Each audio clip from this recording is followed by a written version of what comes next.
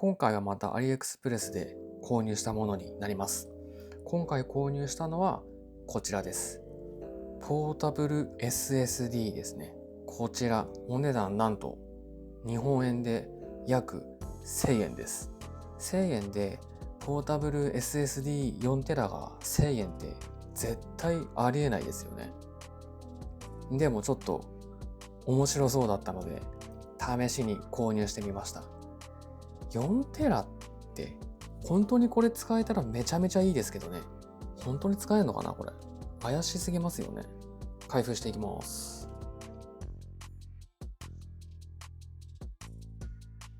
中身はこんな感じですね。USB 3.0 USB と USB-C の 3.0 タイプのケーブル、USB-C と、これがタイプ C じゃなくてタイプ A でしたっけ？タイプ A のアダプター、本体、ハードディスクって書いてますね。裏はこんな感じです。差し込み口がこんな感じですね。なんかもうちょっとこの時点で怪しすぎますね。ちょっと作りが曖昧というか、もうこの時点でうさんくささが半端ないです。ちょっとこちらパソコンの方につないで見ていきたいと思います。今 SSD をつなげたところ、一応 3.18TB。本当かよこれ大丈夫なのかな。これの偽装をチェックするのは、今このフリーソフトを使ってこの SSD が偽装されてるかどうかのチェックを行っているんですけれども、認識しないな。どうだこれで。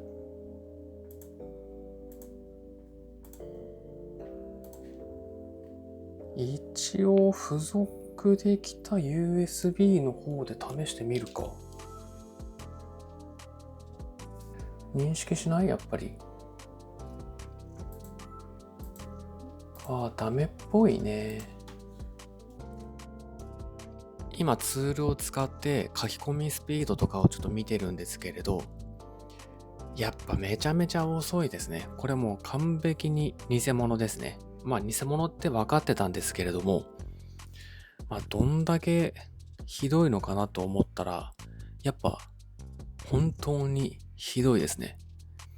今現段階でもこの速度ってちょっとやばいですし、1000円で4TBなんて普通買えるわけないんでね、当たり前っちゃ当たり前なんですけど、この速度すごいな。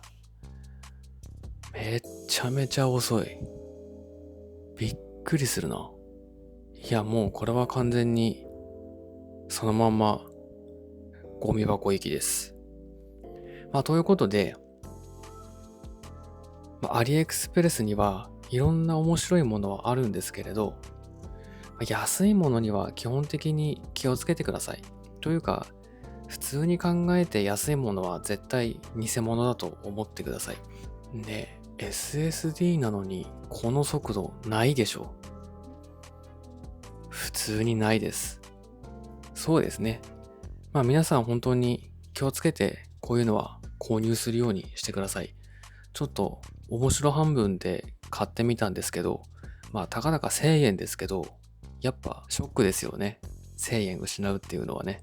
アリエクスプレスでも普通にいい商品もたくさんあるので、こういった SSD、マイクロ SD、あの辺は基本的に偽物だと思っていいとは思うんですけれども、その他のものについては、ちゃんと使えるものも結構あると思うので、その辺はいろいろ見極めて購入してみてください。今回はポータブル SSD は偽物だったっていうところで終わりたいと思います。また何か気になるものがあれば購入して紹介していけたらなと思います。今終わろうかと思ったんですけど、ちょっと面白いことを思いついてしまって、これちょっと分解してみようかなと思います。こじ開けていこうかなと。多分この辺の隙間から無理っくり携帯を修理する時のヘラとか使ってちょっとこじ開けていっ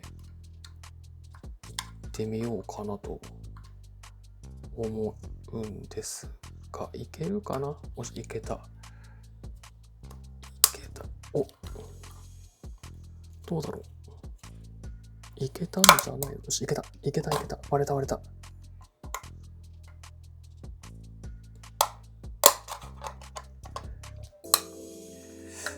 反対側から見てください。こんなんですよ。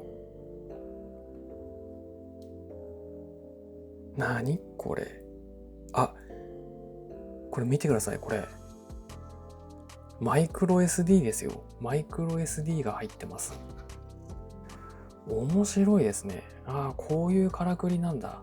いや、重さがね、すごい軽いと思ったんですよ。この SSD 剥がせるかな？なんか糊でくっついちゃってるけど、いけんじゃねえのかなって思ってて。外れた。マイクロ SD 外れました。これです。アダプター挿して読み込むと、本当の容量が出てくるとかなのかな。出た。今 SSD から抜き出したマイクロ SD をパソコンの方で開いたらフォーマットをしてくれって出てきたんですけど、そのフォーマットの容量がこの容量ですね。 48.8。どういう容量だ？ 64 ギガのでもなんかどういうこと？ 64 ギガのマイクロ SD ってことで合ってんのかな？ 48.8 ってどういうことだ？中途半端すぎない？まあでもそんな感じですね。で、もう一回これで49ギガのマイクロ SD ってどういうことだ？まあでも、確実に偽物だっていうのが分かったっていうところと、この基板がそういうことできる基板なんだ。結構簡単にできちゃうんですね。ちょっとどういう仕組みなのか分かんないけど、ただツールを使って調べたらそれなりな速度がどういうこと？今またもう一つのツールを使って書き込みのチェックを行っています。この容量少ない SSD でも普通に使えるのであればいいかなと思って今ちょっとチェックをかけてます。さっき偽装 SSD の状態でチェックした時よりかは速度は2倍くらい速く動いてくれてますね。もう一個の方のテストはエラーなく普通に終わりました。ライティングスピードが 31.7 メガ、リーディングスピードが 89.9 約90ですね。90メガバイト。スピード的にどうなんだろう、普通に使えるんじゃないのかなって気がしてます。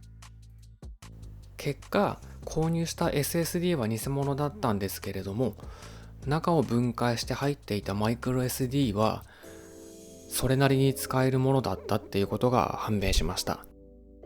1000円で買える SSD なんて、100% 偽物だと思ってください。皆さん騙されないように。それではまた。